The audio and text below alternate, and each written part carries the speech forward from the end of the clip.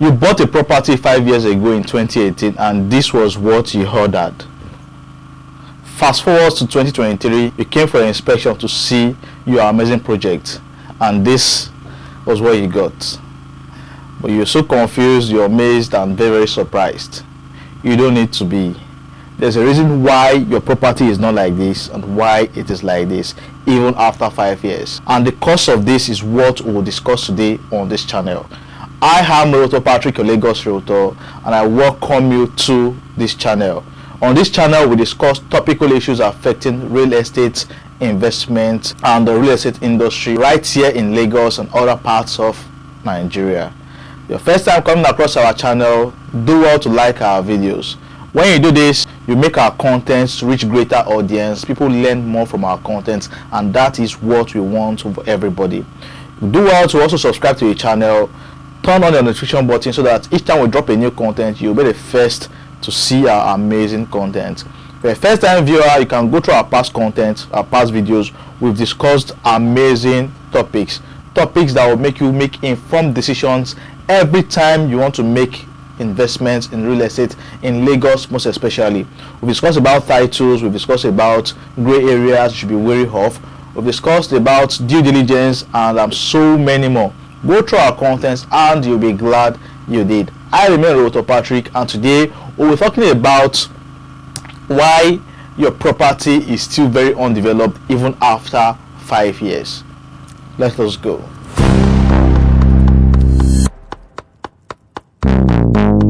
So the reason for this content is to explain why most of your estate you bought 5 years ago still looks very, very unkempt and very bushy and undeveloped.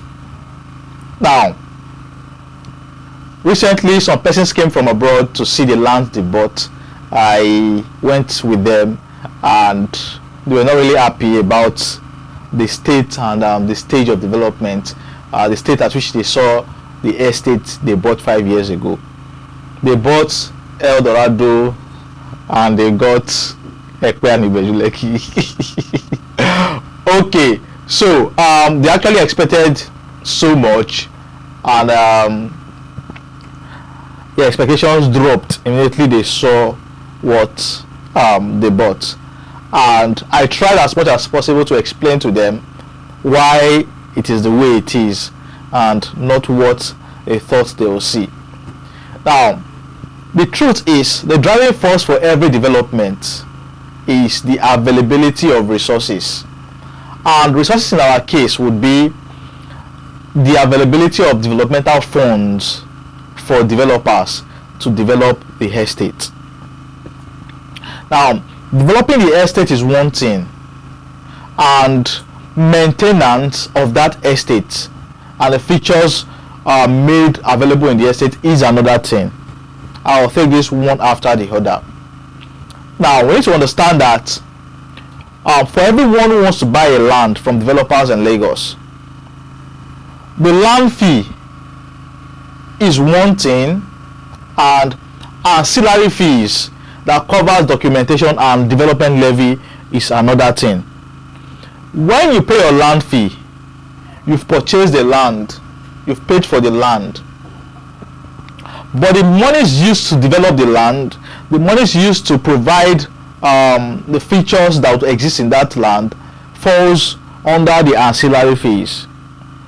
And from my experience, I noticed that most persons prefer to pay the land fee and defer development levy for some other time and hold it till when they are really buoyant to pay. Some persons will just hold it and say, okay, I will pay in future, and forget. So developers are faced with the issue of not getting these funds from the subscribers and the estate. Now, the driving force for development is funds to develop the estate. When funds ceases, or when funds are not readily available for that particular project, it simply means that nothing will happen on that development. Then I went further to tell them that do not expect to see anything better than this, even in the next 5 years. Yes, do not expect to see anything better than this in the next 5 years if developers do not get funds. And now the metrics have changed, so many things have changed. 5 years ago, the average fee for development levy in Epe was 200,000 naira. In Ibeju-Lekki was about 300,000 naira. 5 years ago, 200,000 naira, and that 200,000 naira would be used to develop the estate. Everybody will contribute to 200,000 naira to be used to develop the estate.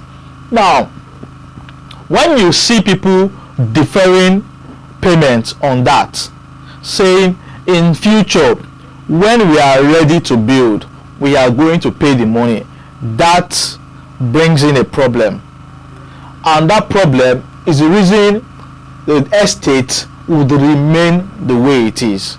We should all understand basic economics and understand the concept of inflation. We know that the value of the naira is no longer the same as it was 5 years ago. 5 years ago, with the way things were, the developers projected 200,000 naira to be the cost of development levy. Now in 2023, inflation has set in. Price index has gone way high. So 5 years ago, we bought cement for 1,500 naira. Today, you will get one bag of cement for 4,900, 5,000 naira. That is 3,500 naira increase. So when you compare the percentage increase in the price of cement from 2018 to 2023, you will see that cement alone has gone up in price with over 233.3% increase. It simply means that the projected development levy in 2023 will never be enough to fund for the development of the estates as they exist today. So, who is to be blamed? The developers or the subscribers of the estate? Now, the truth is, the developers do not really have hands in this. We can only blame the developers when we give them money to do something and they did not do it. But in situations whereby they did not get funds for developing the estate, we cannot blame them. We will blame ourselves as subscribers, as investors to those particular estates. So what it simply means is that those estates will remain the way they are, because one would have used 200,000 naira for in 2018 will need about 660,000 naira to do, and most investors would not be happy when developers tell them, oh, we have increased the price from 200,000 naira to 660,000. People would not be happy, but that is the only way the developments can be delivered. So the sad truth is, not every subscriber deferred on their payment for development levy. Some persons paid, while the bulk of others did not. But the truth is, those who did not pay would affect the delivery and the development of the estate. It has to be something everybody must do. For every land you've bought in Ibeju-Lekki 5 years ago, and you go back to see the place and you find bush and more bush after 5 years, don't be too sad. This is what has happened. There were no monies to fund the development, and as it stands, subscribers are not still paying monies to fund the development. I am not a developer, but I'm putting myself, I'm trying to wait in, and I understand the intricacies of development.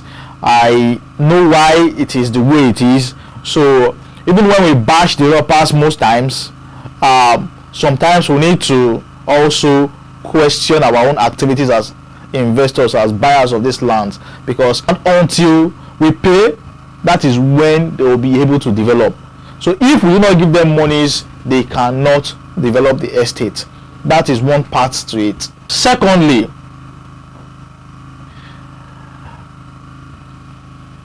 even when development levies are paid by almost everybody, you go back to the estate after 5 years and you see bush and more bushes.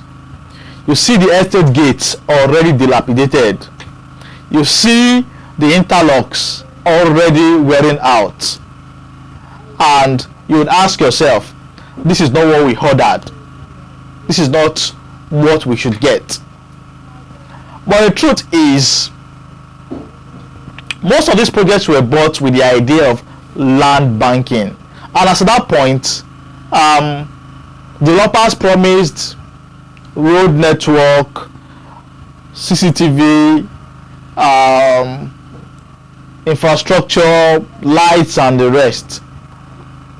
But the truth is, at some point when I discuss with some developers, I ask them that, when are you guys going to provide all these things? And they will tell me they cannot provide this now, because if they do, they would still have to do the same thing in the next 5 years or in the next 10 years, when people will be ready to come into the development.